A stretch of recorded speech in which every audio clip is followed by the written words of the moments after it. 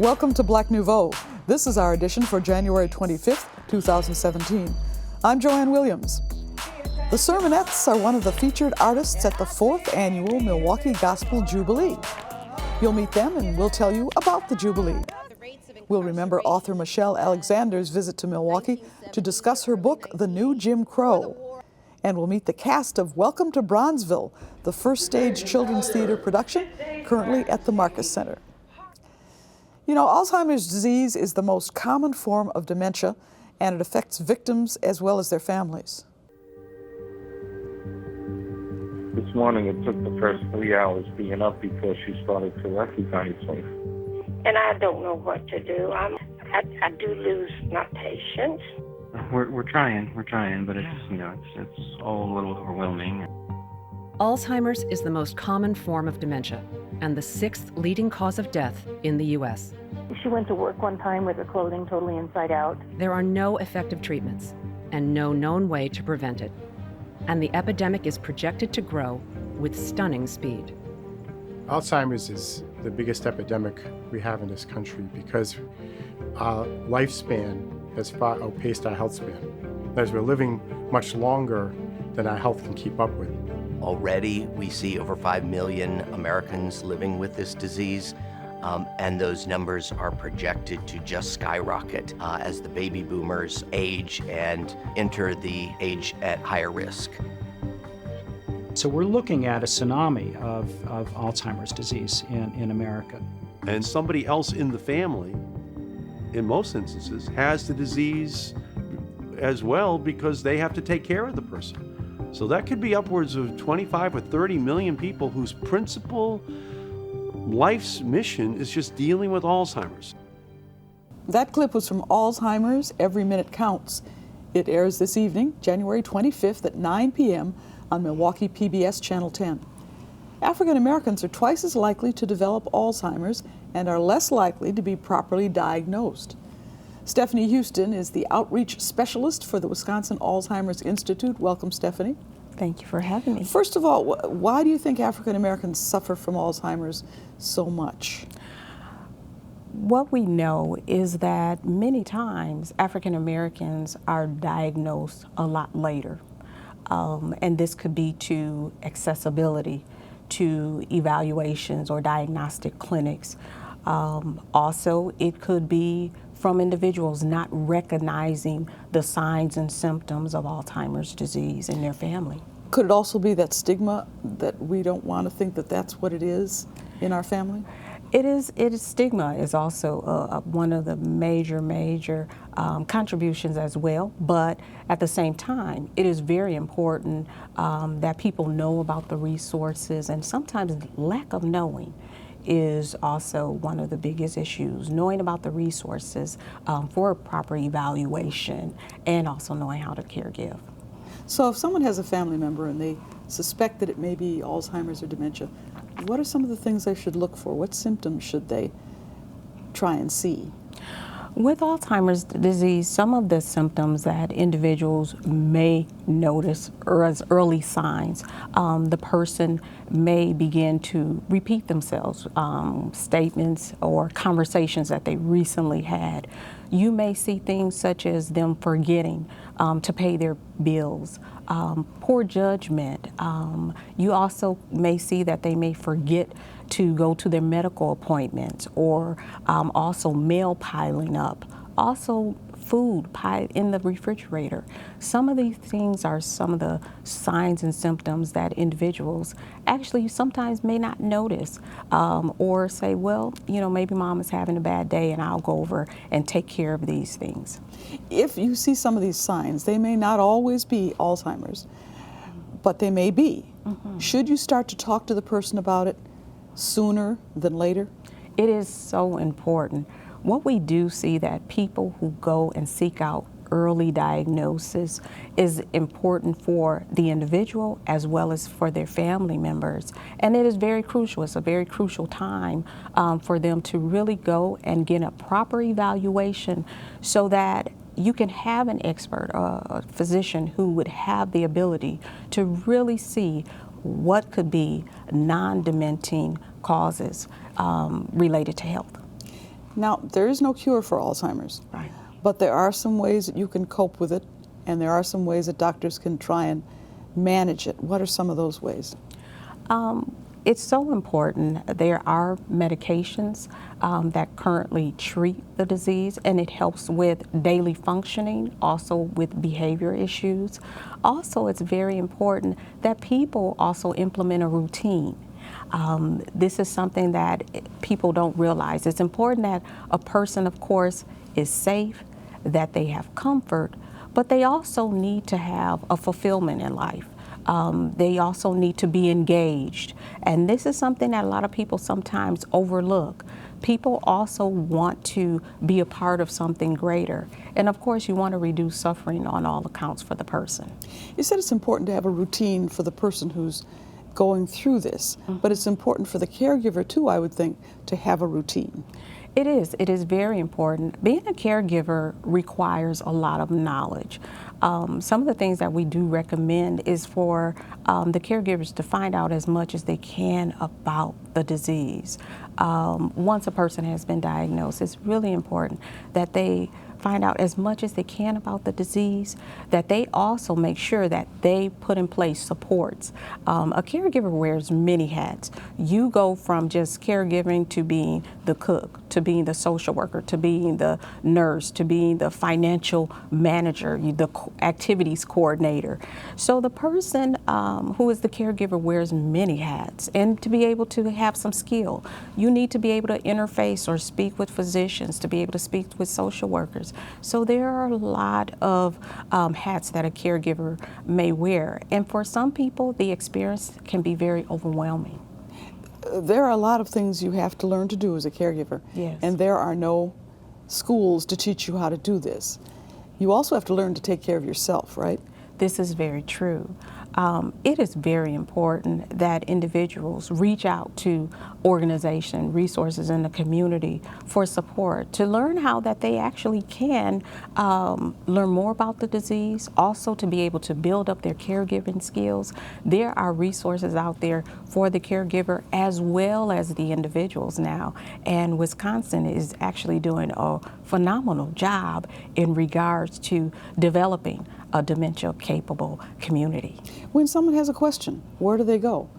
After that first diagnosis, where do they go? For many people, it is important that they can reach out to organizations such as the Wisconsin Alzheimer's Institute. They can reach out to the Alzheimer's Association.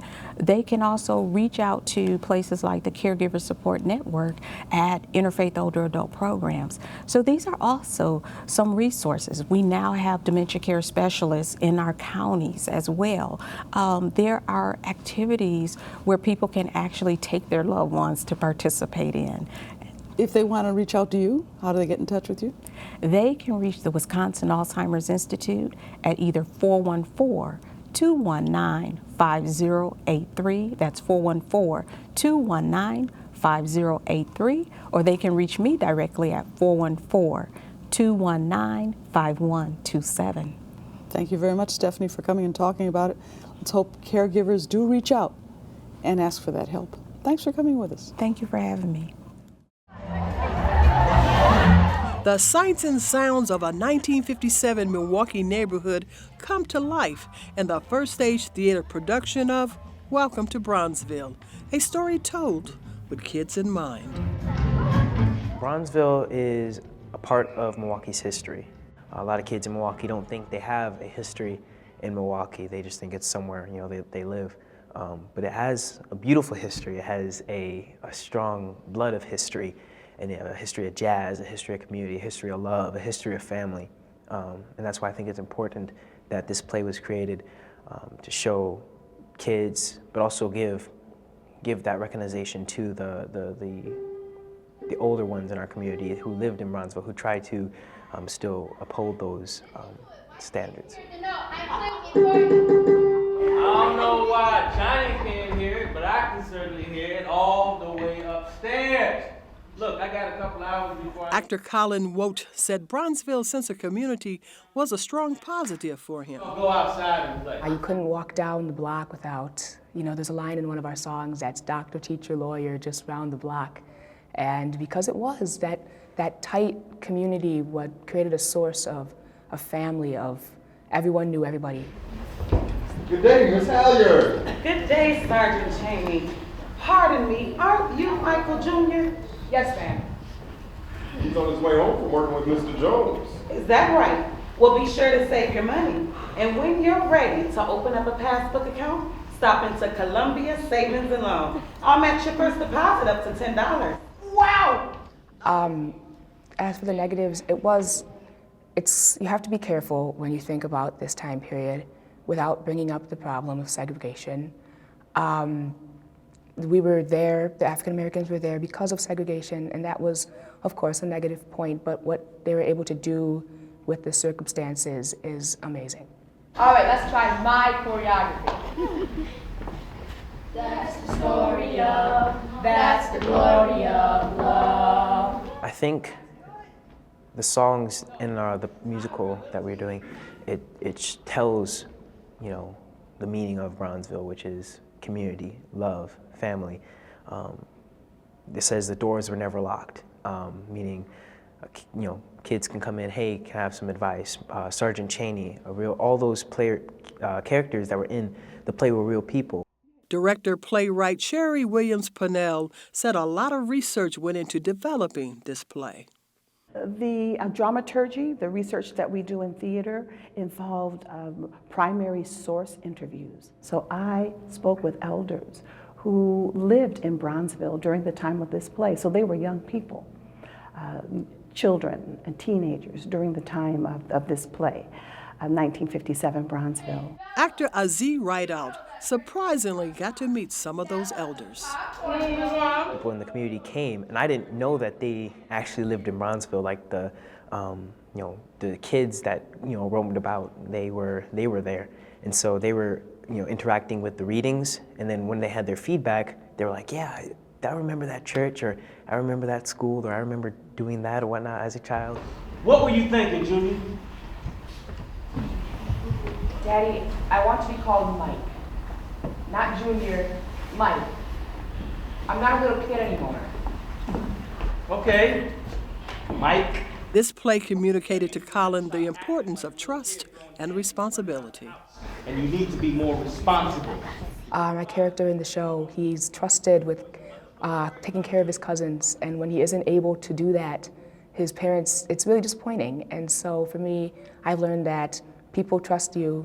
You have to follow through on what you promise. For these young men, being in this play brought realization and awareness of Bronzeville. Realizing that we're all different, we're all human beings, and that we need to work together to come to a sense of security and community. That's why the show is important, to raise awareness, to keep that curiosity of Bronzeville out there, to keep this idea that we do have a history here in Milwaukee. I hope the young people who come to see Welcome to Bronzeville learn about Milwaukee's Bronzeville history and see what it looks like to have a community supporting you and a family that loves you, watching over you. Own Ideal Tailors. Please, now he doesn't know me, but I know him. And I saw what you did at the Haymarket the other day. Welcome to Bronzeville, informative and entertaining. The hills are high before you, and the paths are hard to climb. Keep on plugging away. Yeah. And remember that success comes to the one that bides his time. Yeah. Keep on plugging away. From the greatest to the least, none are from the released. Be like toiler, poet, priest, keep on plugging away. All right.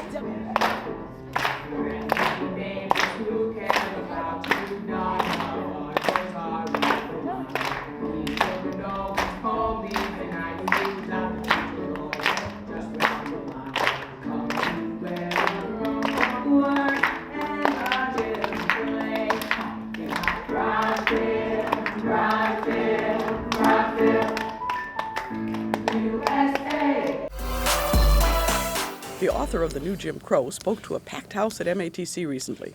Michelle Alexander explained why so many black men are behind bars, and when they are released, their punishment never ends. If we were to return to the rates of incarceration that we had in the 1970s or early 1980s, before the war on drugs and the Get Tough movement really kicked off, we would have to release 4 out of 5 people who are in prison today. 4 out of 5. More than 1 million people currently employed by the criminal justice system would need to find a new line of work. So what explains the sudden explosion in incarceration, the birth of a penal system unlike anything this world has ever seen, if it's not crime and crime rates? Well, the answer is the war on drugs and the backlash against the civil rights movement that brought a wave of punitiveness across this country, a wave of punitiveness that led us to end the war on poverty and declare a war on drugs, to get tough on groups and communities that could be defined largely by race and class. Because once you're swept into the system, you're trapped for life. For the rest of your life, you've got to check that box on employment applications asking, have you ever been convicted of a felony? Doesn't matter how long ago that felony may have occurred, a few weeks ago, a few years ago, or 45 years ago. For the rest of your life, you're still that 19-year-old kid who got caught with some dope in his pocket, checking that box. People say, oh, come on, don't make excuses for these people. Don't make excuses. I mean, if they really wanted a job, they could get a job at McDonald's or something. And I say, well, I don't know why anyone should be sentenced to working at McDonald's for the rest of their life, but I think that you greatly exaggerate the chances of getting a job at McDonald's when you have a felony record. Housing discrimination is perfectly legal. Public housing projects, as well as private landlords, are free to close their doors to people with criminal records.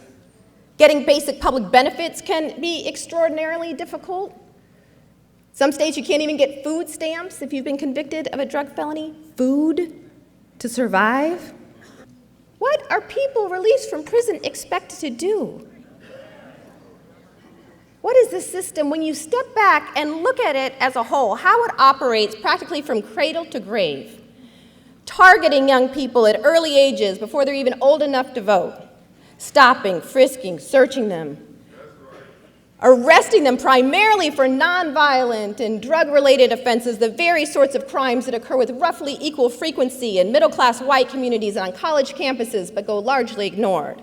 Sweeping them in at early ages, branding them criminals and felons, releasing them into a permanent second-class status where mere survival often seems out of reach, and then you step back and say, what is this?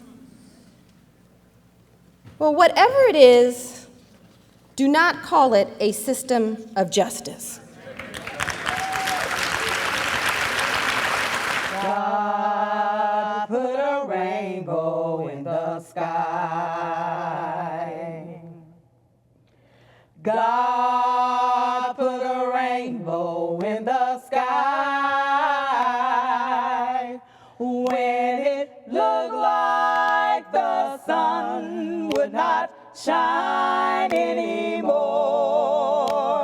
God put a rainbow in the sky. God put a rainbow in the sky. God put a rainbow in the sky. When it looked like the sun would not shine anymore, God put a rainbow in the sky. He put a rainbow,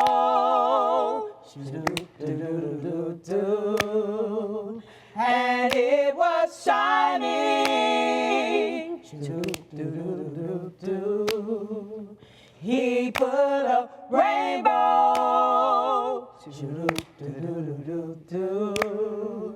and it was shining.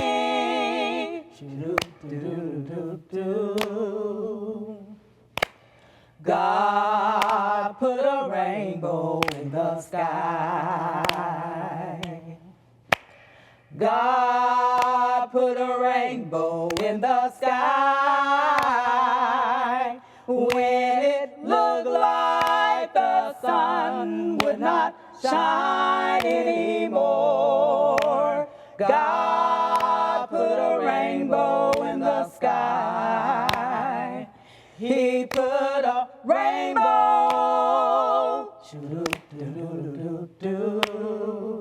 and it was shining. He put a rainbow, rainbow, rainbow, rainbow, rainbow.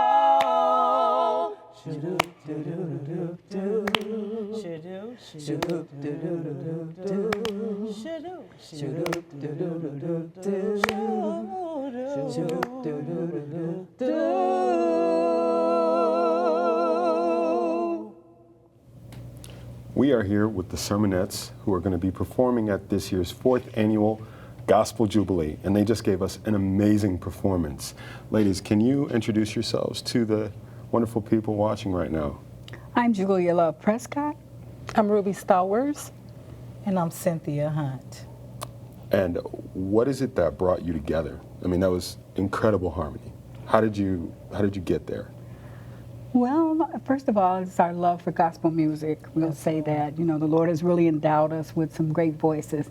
And personally, myself and Cynthia, we both have performed with groups over the years, and I sang with a group for more than 30 years, and I retired from them, and Cynthia retired from her group, but we had been talking about something that we could come together again and do something a little bit different than the type of quartet singing we had been doing in the past. Okay. So she and I sat down and we started to talk about it, and then she spoke with Ruby, and we kind of came together and blended our voices together, and that's kind of how we got started. And I think it's an amazing blend. Thank you. Glory to God. Can you tell me what the mission of the group is and why you're singing?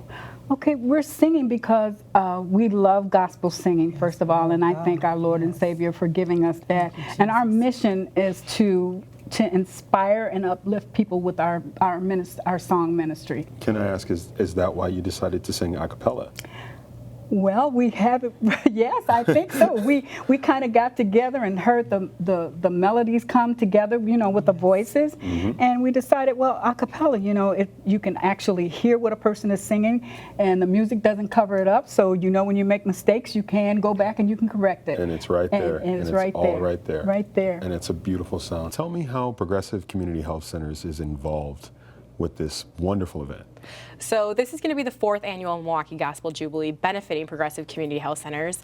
It came to be with one of our board members, actually. He's a patient at our clinic. He's also a musician and was looking for a really unique way to fundraise for our organization. And he came up with the idea of having a gospel concert that's open to the public and really brings everybody together for a night of inspiration. Now, where does the organization work in? What communities are you in? So we have 4 clinics. We have one on 35th and Lisbon. That's our largest location. We actually just opened 2 clinics inside of Aurora Sinai, including an urgent care. And then we have a clinic in the Hillside neighborhood as well. I'm looking for a miracle, and I expect the impossible, and I feel the intangible, and I see the invisible. I'm looking for a miracle, and I expect the impossible, and I feel the intangible, and I see the invisible. Yes, the sky is the limit to what I can have. Oh, the sky is the limit to what I can have. Oh, yes, the sky is the limit to what I can have. Just believe and receive it. God will perform it today. Hey, hey, perform it today. I'm looking for a miracle, and I expect the impossible, and I feel the intangible, and I see the invisible. I'm looking for a miracle, and I expect the impossible, and I feel the intangible, and I see the invisible. Yes, the sky is the limit to what I can have. Oh, oh, oh, the sky is the limit to what I can have. Oh, yes, the sky is the limit to what I can have. Just believe and receive it. God will perform it today. Hey, hey, just believe and receive it. God will perform it today. And that's our program for this week. For Black Nouveau, I'm Joanne Williams. Thanks for watching. God will make a way out of no way. I expect a miracle every day. God will make a way out of no way. And I